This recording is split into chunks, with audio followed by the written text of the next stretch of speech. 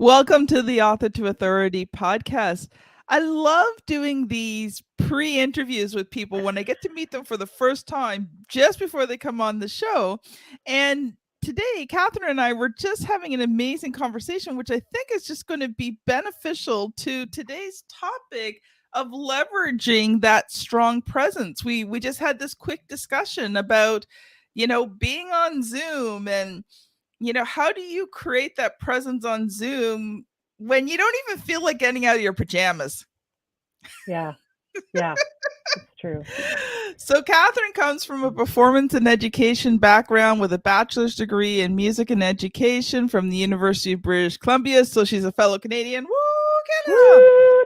Go Canada. And before starting her business in 2007, she divided her time between singing in the opera, teaching music to primary school students, and even did a stint in corporate training at one of the big 5 accounting firms.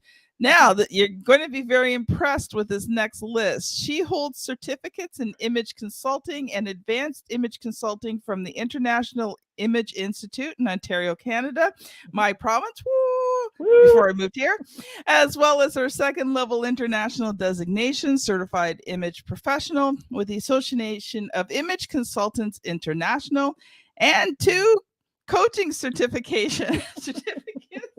I know. Wow. It just all looks so good on paper. Yes, it does. Let's just say she's got a lot of certificates with a lot of letters in them. I know, it's so funny, right? Like, which letters do you want to welcome pick? to the show, Katherine. It's so lovely to be here. And it's so nice to, as I was saying just before we got on the live, that it's nice to put a face to the text, like, because you can see somebody in a picture, but you never really get a sense of them until you're at least virtually face to face. And even then, you still really have to meet somebody to understand who they are. Yeah. Yeah.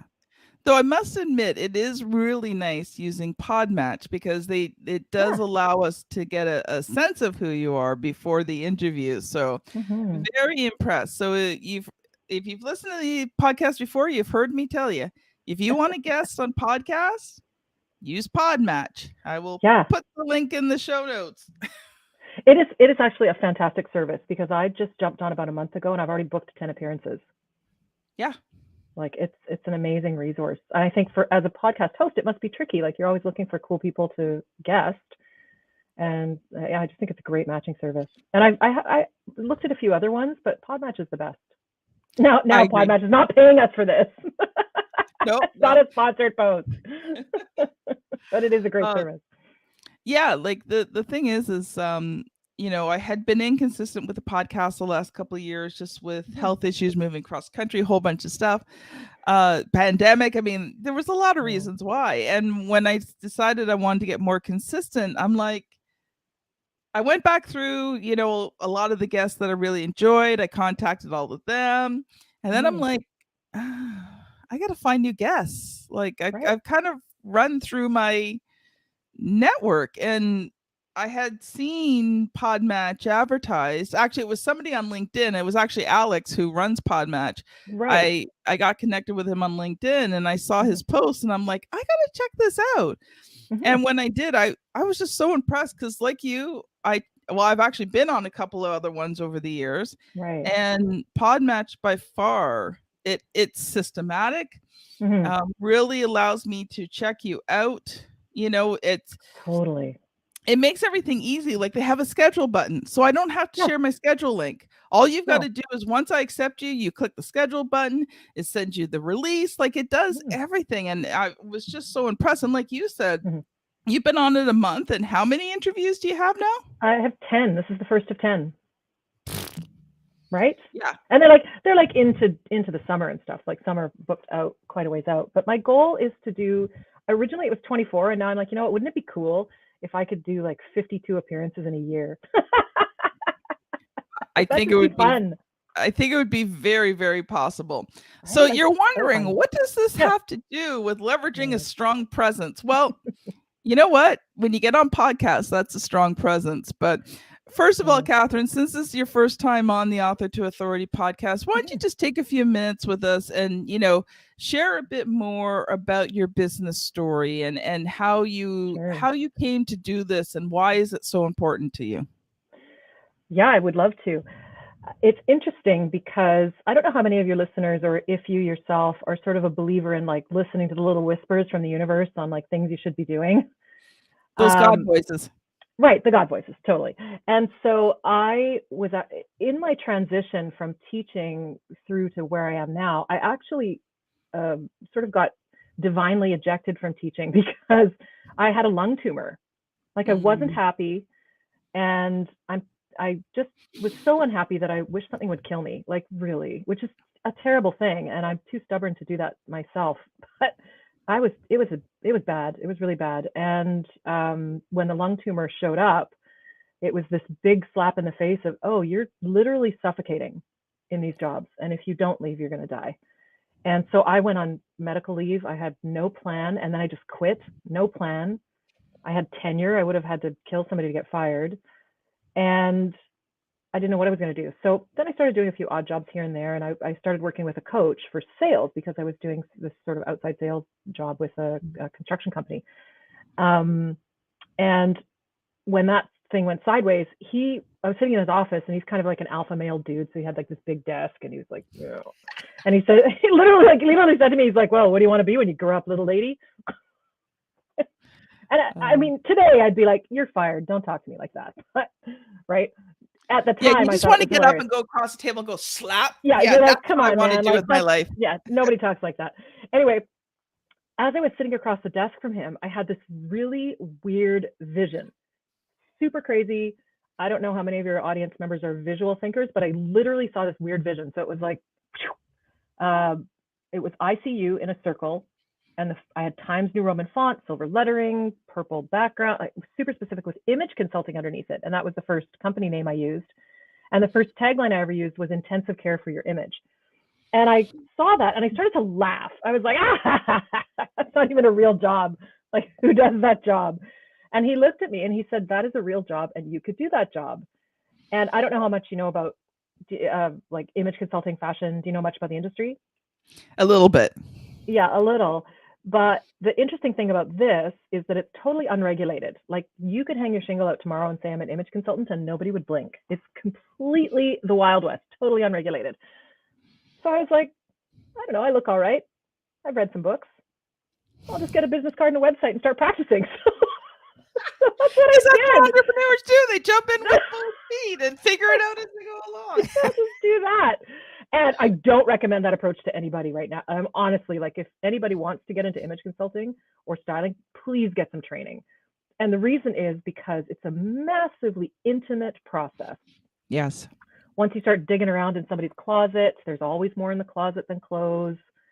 Like it's intimate, right? So I highly recommend training. In any case, I didn't do that. I just built up my business around my corporate job.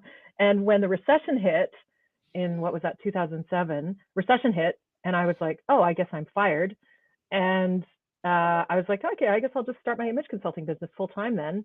And my husband told me like a number of years later, he said to me, he said, when you said you were going to start an image consulting business in the recession, I thought you were crazy, but I didn't say anything. And he's like, look where we are. He's a good husband. Good husband, right? Smart.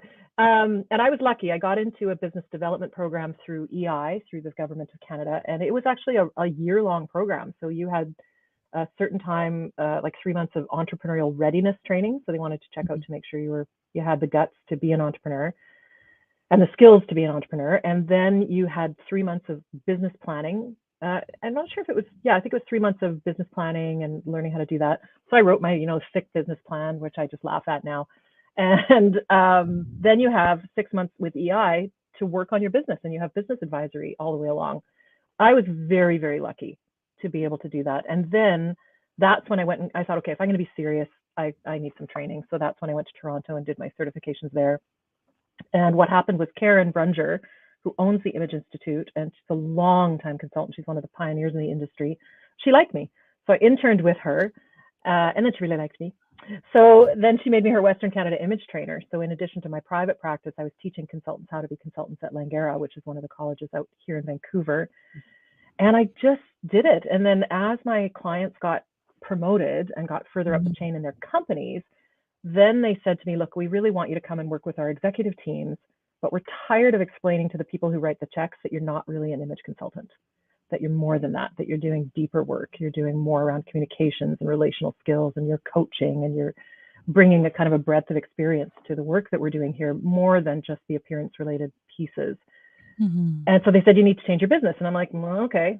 So then I rebranded in 2018 to Lazaruk Consulting, and now I can do what I like. I can consult on anything. And the freedom of it is so wonderful. Yeah. Just great to not be locked into, because image consulting has a specific connotation. And that was the thing. They're like, we can't really we can't hire an image consultant to do this because the optics are bad.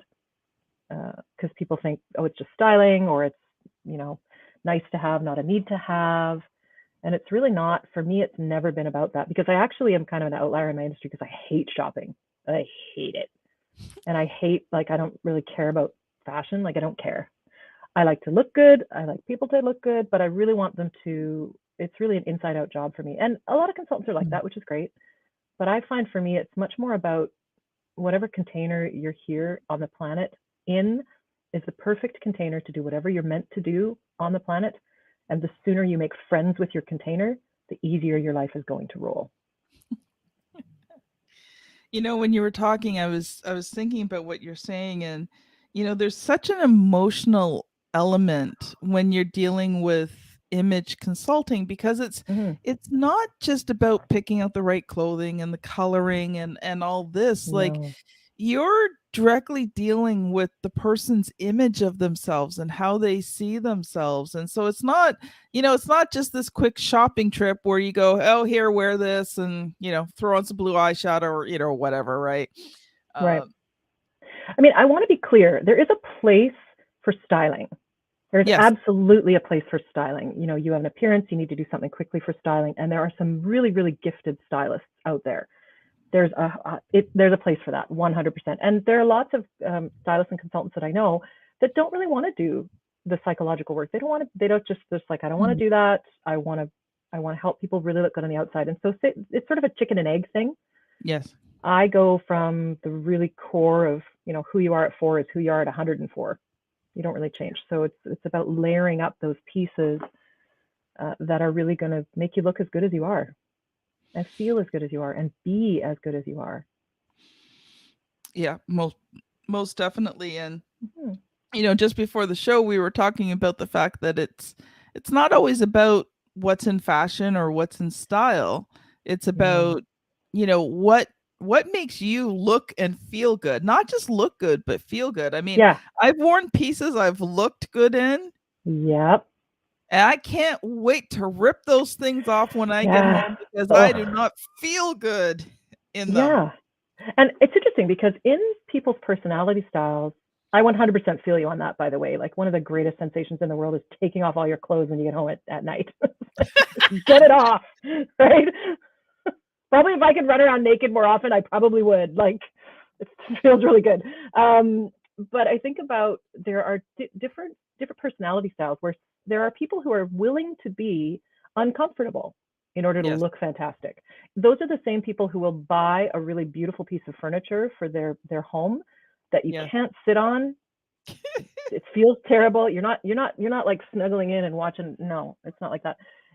But there's a spectrum, right? So some people are really willing to be uncomfortable, and some people are not. And I'm like, I'll endure a little bit of discomfort, but not a lot. Like, you wouldn't catch me in high heels now. Well, certainly not since we've gotten used to wearing flats everywhere, or slippers in the last little while. But I think the piece that people miss sometimes too is that you have to consider the context. Yes. For whatever it is you're doing. So whenever I'm working with people, I talk about the 3 C's of credible presence. I talk about your character, which is all the internal stuff, all the stuff that needs to be represented visually on the outside, represented in your environment, represented in your work, in the passions that you have, in the way that you behave in the world, so that people really understand you deeply and quickly. or as quickly as you can understand somebody. It's sort of like an amuse-bouche, you know. Like I will give you a little taste about who I am, and then deepen things over time. But the character piece is really important, and then I talk about congruence. Yes. Because it has to make sense. People Yeah. can smell. Sorry, I was going to curse. People can smell a mile away. Thank you.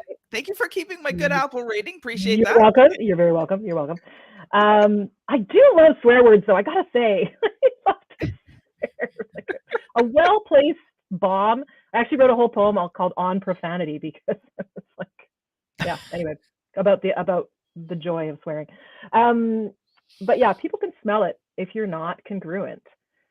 So it's that whole idea of making sure that whatever you're doing is actually in context. And I had an experience with that when I started working with a business consultant about, I guess it was about 4 or 5 years into my business, maybe 6 years into my business. And I thought, okay, I'm going to get serious and get a business coach and, break that 6-figure mark and really go for it.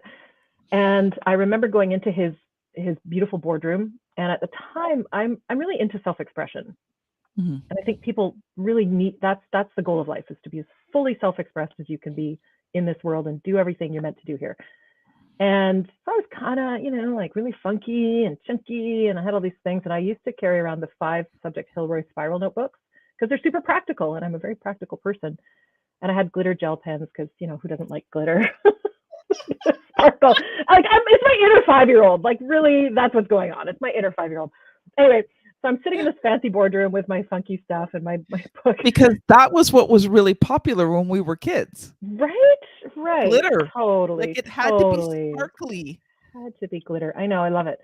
So anyway, and gel pens. Remember when gel pens came out? I know. It was like, I know, and all the colors and the way that yeah. I really like stationery too. So all the things. Anyway, so I'm sitting in this boardroom. I'm so excited. And he literally walks into the boardroom, looks at me, looks at my book, says nothing, leaves. And I'm sitting there like, okay. Comes back in with one of those moleskin with the bookmark, the hardcover, beautiful notebook.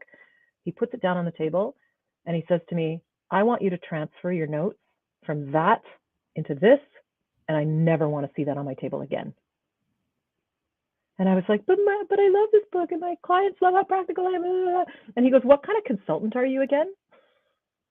I'm like, an image consultant. He goes, yeah. So like, right, step it up. And now I have a beautiful leather folio that I really enjoy, and like nice pens and things like that. And I've developed a bit of a thing for nice pens, but it was just a really interesting object lesson immediately of if you're a writer, since we're on the Author to Authority podcast, if you're a writer and you're writing about a certain thing, do you look like that? Mm-hmm. And then we get into the whole thing about, well, what does an author look like? Just like leadership, right? What does a leader look like? And so often in that space, it's being informed by male domination. It's being informed by patriarchy. It's being informed by colonialism, by white supremacy, all of those things. And there's not a lot of space to look for different kinds of leadership. Like, we haven't really broadened our view. Changing though. For sure. Yeah, because of the amount of people who are now, getting into entrepreneurship, and it's still very male. It's not as much female, but we're starting to see more of the feminine side, and I'm very encouraged by what I've been seeing. And just to share something, you're going to laugh. Okay, I can't wait. I love to laugh. Heels. Oh yeah. I'm 5'10" and a half. Yeah, nice. So I don't wear heels. And first of all, because when I wear them, I feel like I'm going to fall over because I'm tall enough already. But secondly, my husband's 5'2", so I definitely do not wear heels. I'm the same height as your husband. Oh, that's so funny. Yeah. I do not need to tower over him more than I already do. Right. But height is a great advantage in terms of presence. Yeah. Right? Us short butt folks have to work a little harder. Well, let's just say that when Mama Bear roars, everyone listens. Yeah, right. I hear you. It's funny. I have a friend, one of my dear friends. She's 5'10", I think, 5'10", and she wears 4-inch heels all the time. She's like, I am not gonna. I mean, to be fair, her personality is a little dramatic, completely fine, and she loves that effect. So go for it.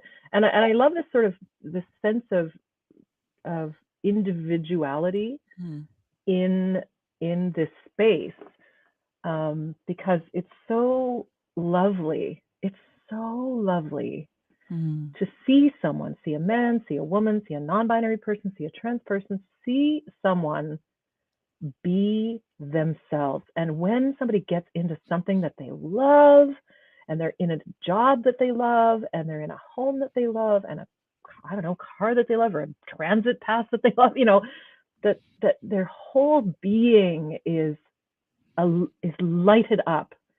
And I'm like, they're glowing. And that is such a great, it's like, I get to be a part of that. I love it. Just love it.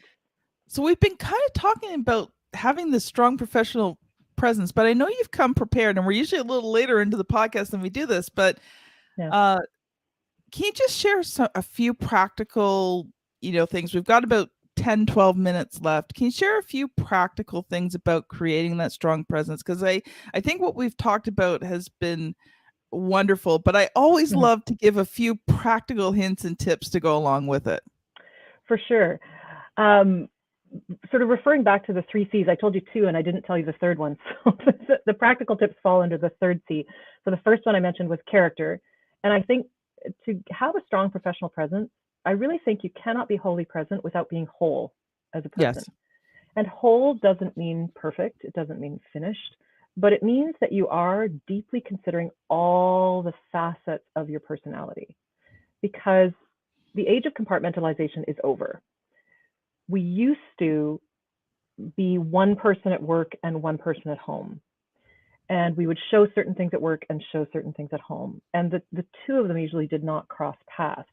But now, because our world is becoming more integrated, and because the salvation for all of us is relational, we can't compartmentalize like that anymore. So now, certainly older school leaders that are trying to figure out, like, what can I show and what can't I show, are having a harder time, because they're like, well, I had this professional, this is who I was.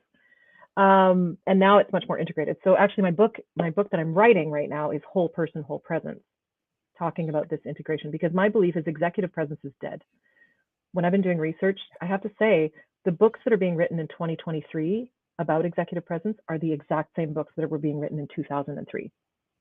So all the tips that they give, things like speak low and slow, be succinct, make sure that you're wearing sharper clothing if you want to make a sharper impression. A lot of those things are really based on old thinking. Yeah. And they're being kind of turned on their head, because now it's really much more about being mindful. It's about being in the room when you're in the room. It's about mastering your mindset around why you're in the room. And my belief is, if you're in the room, you belong in the room. Yeah. That's it. So just let it go. And actually caring about people. Yeah, right? Shocker. Right? I'm here. I care about the situation. I care about the business work that we're doing. I care about the people in the room. And actually showing that through your actions is a huge, huge part of relational leadership now. And I think what's happening for people is it's less easy now to kind of do the tricks. Not to say that some of the tricks don't work, because they do. If you read books like sort of seminal books in the field, like Robert Cialdini's Influence, or if you read Sylvia Ann Hewlett wrote Executive Presence, like those tricks, they work, right? But they're working less and less and less. Yeah. Because they're not foundationally who the person is. So in terms of the progress, the third C that I always work on is, so once you've got your character down and you know who you are and you know what you want and you know where you're going, or at least you have a good approximation of that, then you've got this congruence piece where, like, for example, I will never wear a Navy 3-piece suit because I would barf. Not going to do it. Also, I live in Vancouver, which is geographically a very casual city. And, since the pandemic, everybody's gotten a lot more casual, right? So I would never do that, because that would not match who I was. So it's really important that you have this congruence. So if I'm, I like to have fun, so I need to look a little bit fun. I'm kind of fierce, so I need to look a little bit fierce. And I want to be a tiny bit edgy when I'm in my dressing. And with clients, it's the same. And then the last piece, with the congruence piece, you also have to think about control. So while it is true that you cannot control whether or not someone's going to like you, because that's not about you, it's about their filters and how they perceive you. You can't control that, but you can control a lot of things. You can control how present you are in a room. You can control the way that you speak. You can control the things you can speak about. I sometimes get clients talking to me about, well, how do I do small talk, or how do I, I'm like, well, get informed, go read. Read some stuff, watch some stuff, talk to some people. That's how you and become if you're an not interesting informed, person. learn how to ask really good questions. Right. Yeah. Like ask powerful questions, ask people about, more than just their work and those kinds of things. So it's this piece about, it's the self-improvement piece for sure. And then controlling the details are around, yes, you can control what you look like. You can control your haircut. You can control your level of grooming. You can control the clothes that fit. And you might not have a lot of money, but there are still things that you can do to elevate your image. And the truth is that we are still a very visual society, very visual people, and people like to slot people into categories. They just visually, it's happening all the time, whether you want to or not. It's the way our brains are wired. There's a fair amount of science behind it. And I laugh because often if I'm doing talks about appearance related things, or even this piece around nobody sees your skills, right? You could be the most skilled, you could be the most amazing person, you could have the most interesting things, but no one sees that when you walk in a room. Yeah. Right? It just doesn't matter. So I would say to people, think a little bit about these three areas. Think about the character piece and how well you know yourself. And think about how much of what you know about yourself is what someone else told you, particularly if you're younger or you're kind of stuck on your conditioning from, people in your past. So think about who you are and think about what you want to achieve in the world and what kind of service do you want to be of. The coach that I'm working with now, I really like his take on it. He says, it is very irresponsible to consume wealth and happiness in the world if you are not also creating wealth and happiness for other people. I like that. Isn't that great? Yeah, his name's Alan Weiss. He's fantastic. He's a really fun guy. And it's interesting to me because he is an older white gentleman. He's like 77. He's got lots of degrees and lots of letters and lots of books and all those kinds of things. But he's still relevant. Like he's relevant. He works hard to understand things. He sticks to his opinion, but he will change his mind if he has more information. So I think, it's just interesting to learn from people of all different ages. I have a mentor that's actually 20.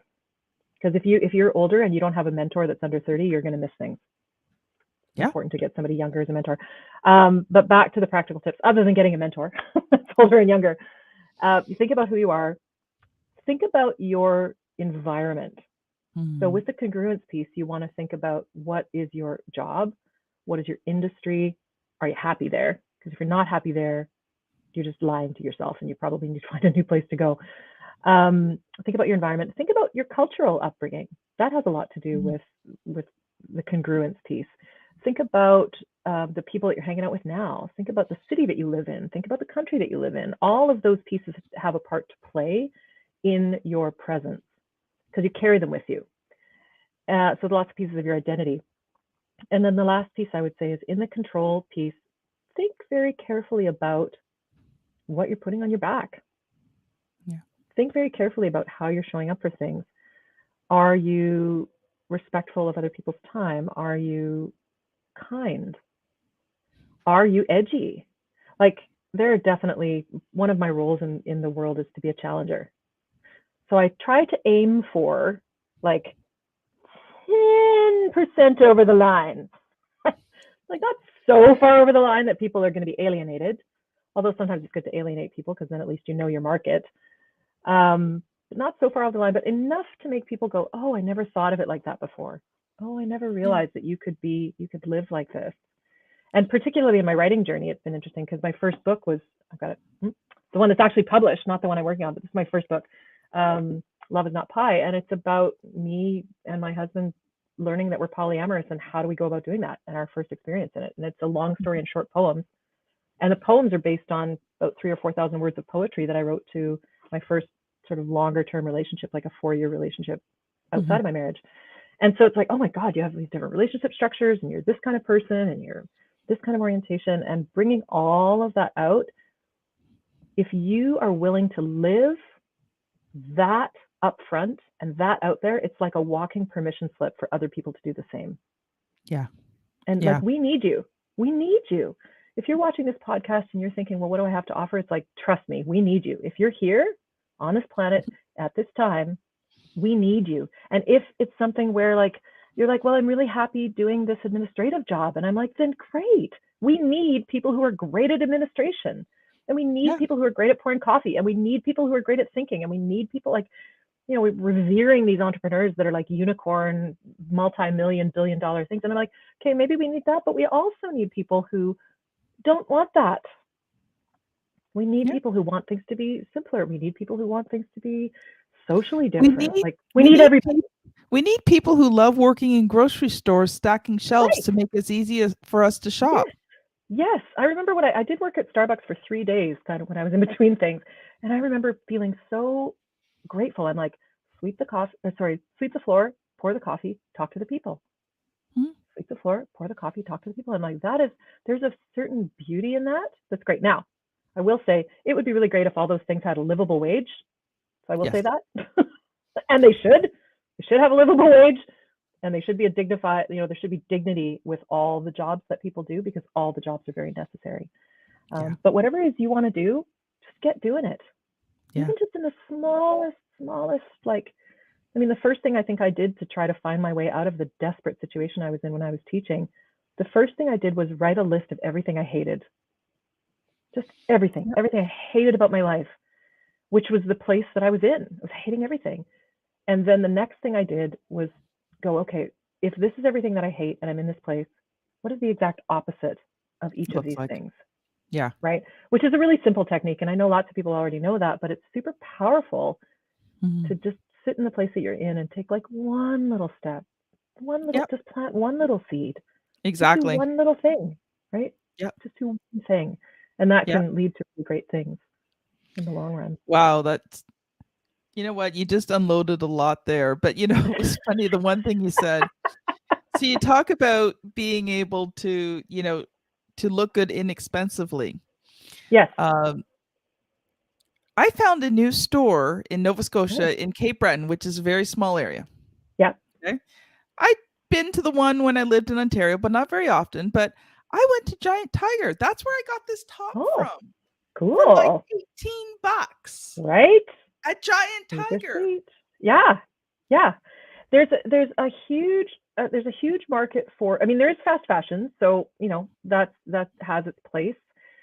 But there's a huge upcycle, recycle, resellable market. I have gotten some of my favorite pieces for very little money from consignment stores or from Value Village. Out here on the West Coast, we have Value Village, or TJ Maxx or Target, or there's lots of places. I've gotten some great stuff from Joe Fresh, like Superstore.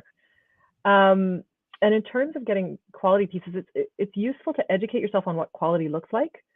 So there's lots and lots of places on the internet to go look for, hey, what does a quality seam look like? How do I know that a garment is well made? In the stitching, in the paneling, in the fabric, in the hand of it, those pieces. So there's lots of education on that. Go take a look at that, and then take some time and go look for low-cost alternatives. And I think it's really important, if you know it's good to kind of know your coloring and to know sort of elements about your body. Like, for example, you're really tall, I'm really short. Tall people wear long things, big things. Short people wear small things, narrow things. Really congruent, really simple pieces. If you have really high contrast features, you have really dark hair, you have really dark eyes, you have lighter skin, then you're going to look good in high contrast clothing. Things that are like black and white as opposed to like tone on tone. Like for me, I've got kind of a medium contrast. So like cream and gray is about as far as I would go. So it's helpful to have like kind of little gems like that. But mostly it's like you want to pick things that go together and use your design principles, which is like the more you can match texture, line, shape, color, the easier it's going to be to make things fit. I'm actually considering starting a new thing, like, what do I wear with this for the outliers in your wardrobe? Right? I have a pink tutu. What do I wear with this? Right? How do I make it work? So, Catherine, I got to interrupt you because we're actually over time for the show. Oh, no. Surprise. It's been such a wonderful conversation. So you got about 1 minute. How can people connect with you if they've been listening to this and they want to find out more? How can they connect with you? And do you have any freebies or anything that you're giving away? Well, I have. It's easy to find me on the internet. If you Google Katherine Lazaruk, there's not very many of us around. I'm on Instagram. I'm on LinkedIn, Katherine Lazaruk, and I also have katherinelazaruk.com, which is my author website, and lzrkconsulting.com, which is my professional site. And so you can contact me there. And if you contact me on my website, there's a contact form there, and you just put in the notes section, hey, I listened to you on the Author to Authority podcast, then I will send you my 10 latest articles on how to create a strong visual signature. Wonderful. Thank you so much, Catherine. Really appreciate you being on the show. So this is Katherine Lazaruk and Kim Thompson-Pinder on the Author to Authority podcast. Thank you so much for listening, and we'll see you on the very next episode. Bye now. Bye, everybody.